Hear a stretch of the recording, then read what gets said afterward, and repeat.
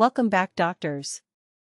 Today we are tackling a critical skill for your residency toolkit, which is interpreting blood indices for anemia.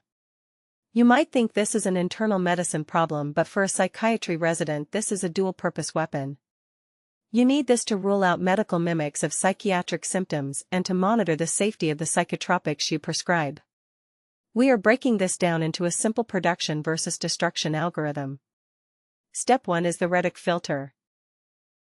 When you see anemia on a CBC, meaning hemoglobin is less than 13 in males or 12 in females, your first move is to calculate the Reddick production index or RPI. If the RPI is high, greater than 2.5, you have a destruction or loss pattern. The marrow is working but cells are leaving the chat. This could be acute blood loss or hemolysis. For us in psychiatry, this is high yield because an acute GI bleed can present as delirium or hypoperfusion.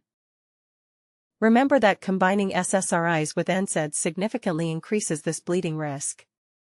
If the RPI is low, less than 2.0, you have a maturation or production pattern. The marrow is failing to respond. This is where you move to step 2, which is the MCV Pattern Recognition Map. Pattern 1 is macrocytic anemia, where the MCV is greater than 100. This is the Neuropsychiatric Index and the most critical pattern for you to master. Why? Because it screens for cognitive decline and mood disorders. Causes include B12 or folate deficiency, alcohol use disorder, and hypothyroidism. Here are your high-yield psychiatric correlations. First, look for covert drinking. An elevated MCV is a sensitive marker for recent heavy alcohol use, so check GGT or CDT levels. Second, do not miss the dementia workup. B12 deficiency can present as megaloblastic madness with psychosis and paranoia. And third, check the meds because Valproate is notorious for causing a macrocytic shift. Pattern 2 is microcytic anemia, where the MCV is less than 80. This is the nutritional or synthesis pattern, usually indicating a defect in hemoglobin synthesis like iron deficiency or thalassemia. The psychiatric clues here are fascinating. Watch out for Pica, where patients eat dirt or ice, as this screams profound iron deficiency. Also screen for restless leg syndrome.